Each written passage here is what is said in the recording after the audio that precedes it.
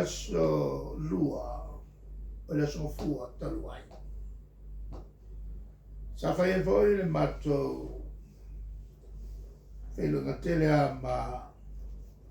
malanga tele a mai Australia tangata mātutua ma o latu te tōlua ma latu whanau e o mai e whauau le mātu mawhitanga i le whaangatama leo kikiti nā mata le luafe suono ia ma le lau toi o mai o le tāua o le maranga mai lea ua mawai le amanoa e nisi fo i o whaitani malo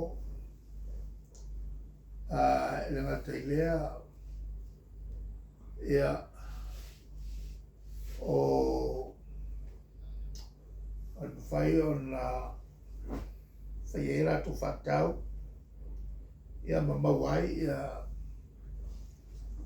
nai se leni a tātou whaitani malo ma whaleoloa al mātou whilo ingala e la voi ave iai le whautuanga e le le whai so whai pēr o nei tā longa le au mātutua on o le tāua mō Samoa ia e whawhiololo ai ia whai maranga mai e tangata mai whafo ma ai ia business e tātou whaitani malo o le meleo a mātou ina.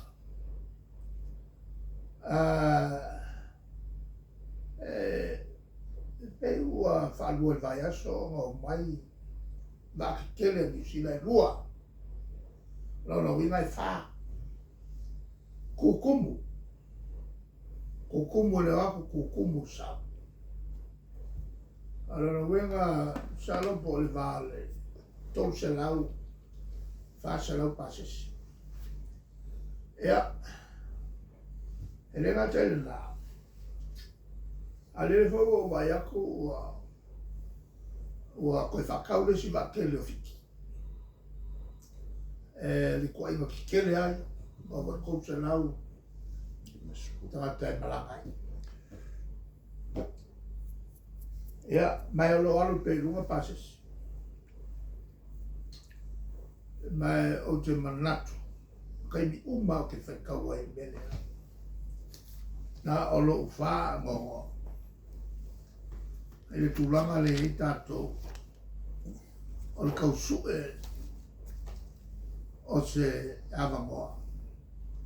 Mkako uo ka ki whaoleole. Whaoleole le e New Zealand. Whaoleole kakalo. Le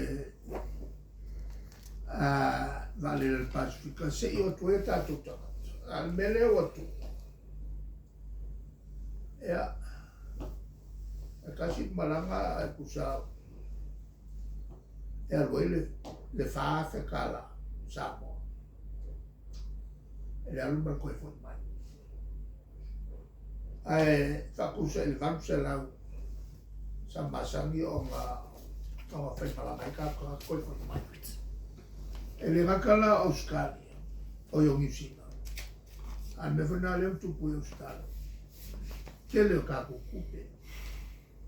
E whaalu tangata.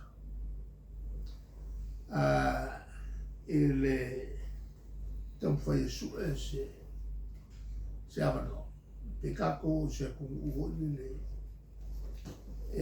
maki kiwa e nga whakia ma le roa whai mea. O kai minge o kaua rua kako wa.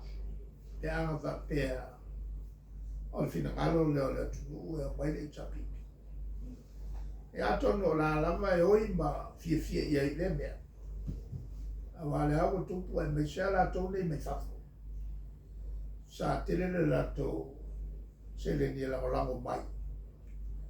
E suia il malo. E le lau to e safai la tau. E atono ai a fie il mele o le. O le whaingata o la mawani o wale o mai.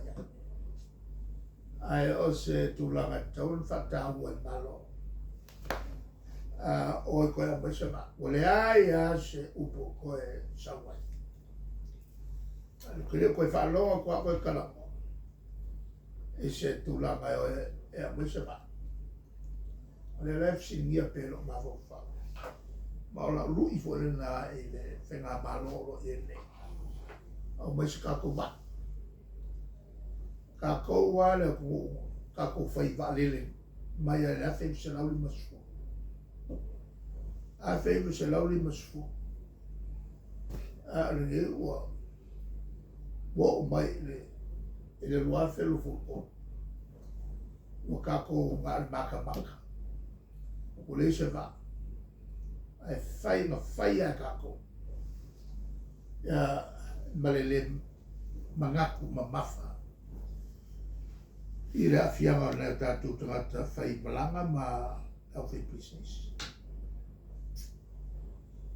Ia,